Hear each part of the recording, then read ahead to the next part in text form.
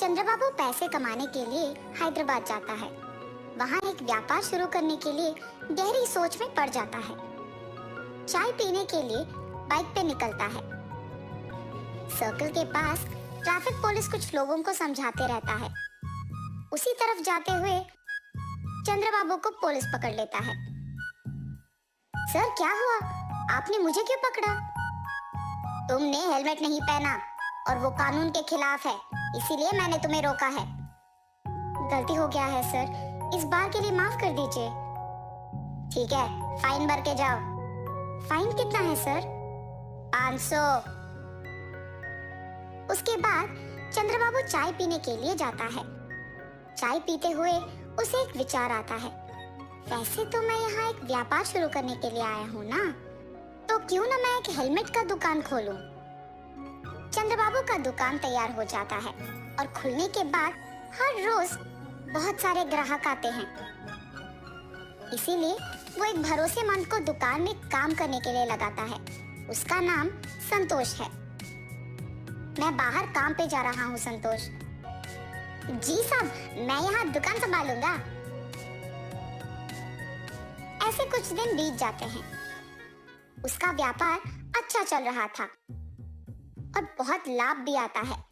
लाभ को देख संतोष लालची बन जाता है।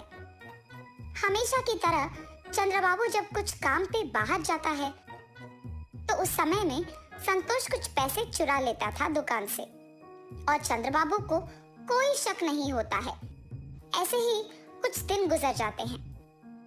संतोष, तुम्हारा वेतन कम है ना? जी साहब। ठीक है, अब से तुम्हारा वेतन होगा 10,000 रुपए। बहुत बहुत शुक्रिया साहब। अब से इस दुकान का ख्याल तुम्हें ही रखना होगा, ठीक है? मुझे गांव जाना होगा, वहाँ कुछ काम है।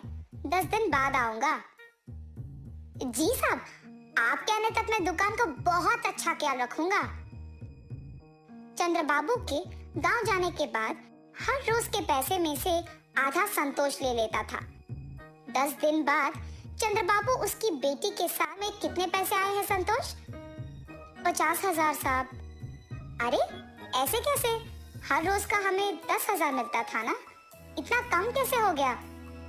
चंद्रबाबू को उस पे शक आता है, मगर वो कुछ कहे बिना वहां से चले जाता है। क्या हुआ पापा? कुछ नहीं बेटी, मेरे गांव आने से पहले हमारा दुकान लाभ में चल रहा था, लेकिन इन 10 दिनों में बहुत कम हो गया है। लगता है कि हेलमेट ज्यादा नहीं बिक रहे हैं।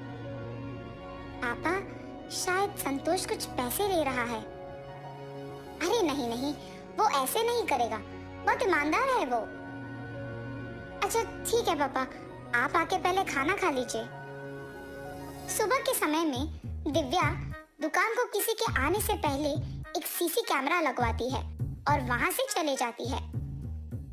हमेशा की तरह रोज के पैसों में से कुछ संतोष ले लेता है और ये सब दिव्या सीसी कैमरा के फुटेज में देखती है। लेकिन सीसी कैमरा के बारे में दिव्या के अलावा और किसी को नहीं पता था। दिव्या उसके पिता को ये सब दिखाती है और चंद्रबाबू को बहुत गुस्सा आता है। संतोष, तुमने मुझे धोखा क्यों दिया? मैंने कुछ नहीं किया साहब। हर रोज दुकान से तुम ही पैसे निकाल रहे हो। अयो नहीं साहब, मैंने नहीं लिया। ये लो सबूत। उसे देख संतोष के मुंह से एक शब्द नहीं निकलता है। मुझसे बहुत बड़ी गलती हो गई है साहब, मुझे माफ कर दीजिए। तुम्हारे भरोसे पे मैंने इस दुकान को छोड़कर अपने गांव गया हूँ और तुमने मुझे धोखा दिया। अब तुम्हारा यहाँ कोई जगह नहीं हो सकता है। अगर कोई हम पे भरोसा रखता है तो हमें उनका भरोसा ऐसे नहीं तोड़ना होगा। धोखा देना बुरा है।